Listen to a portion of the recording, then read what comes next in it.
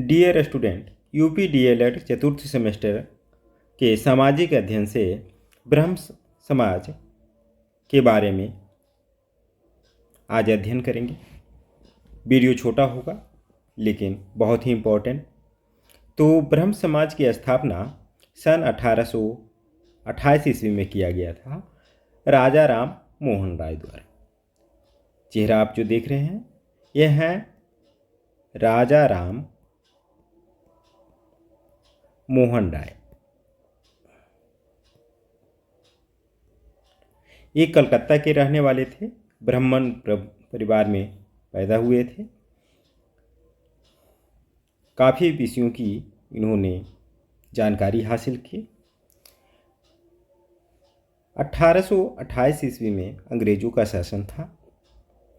उस समय देश के समाज में कई प्रकार की कुरीतियाँ विद्यमान थी।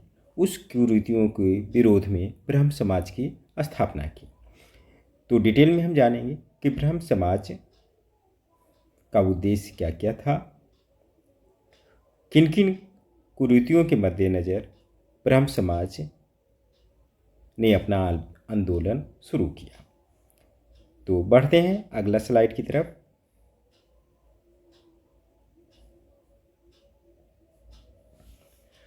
तो ब्रह्म समाज का सिद्धांत।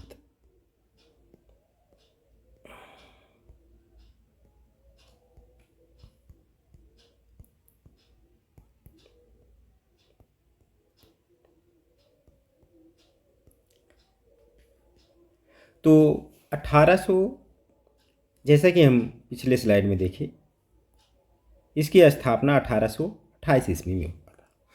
तो उस समय ये था कि बाल विवाह की प्रथा थी। तो इन्होंने कहा कि बाल विवाह रुकना चाहिए।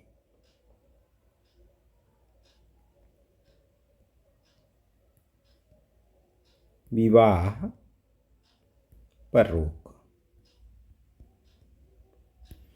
उस समय समाज में दूसरी व्याप्त कुरीतियाँ थी कि यदि पति मर जाता था तो पत्नी को सती कर दिया जाता, यानी पति के साथ ही जला दिया जाता था, यानी सती प्रथा भी उस समय थी।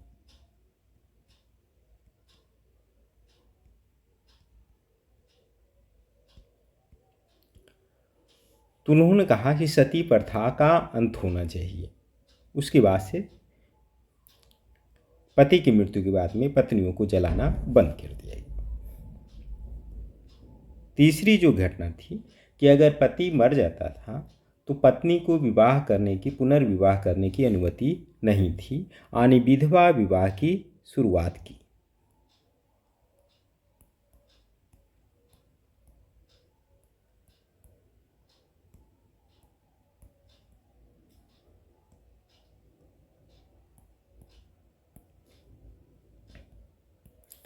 चौथा जो समस्या थी, स्त्रियों की पढ़ने पे पाबंदी थी, यानी स्त्री शिक्षा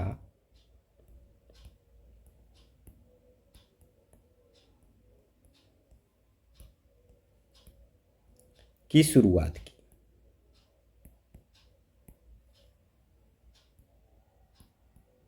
पांचवा, मूर्ति पूजा का इन्होंने विरोध किया।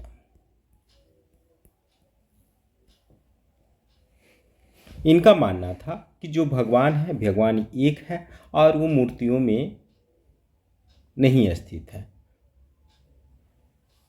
यानी मूर्ति पूजा का विरोध किया। तो ये था ब्रह्म समाज का सिद्धांत, जो समाज के उत्थान के लिए बहुत ज़रूरी था। याद करने के लिए बाल विवाह, सती प्रथा, विधवा विवाह, तीनों स्त्रियों से रिलेटेड, और चौथा भी स्त्री शिक्षा भी स्त्रियों से रिलेटेड। महिलाओं को इसमें प्राथमिकता दिया गया।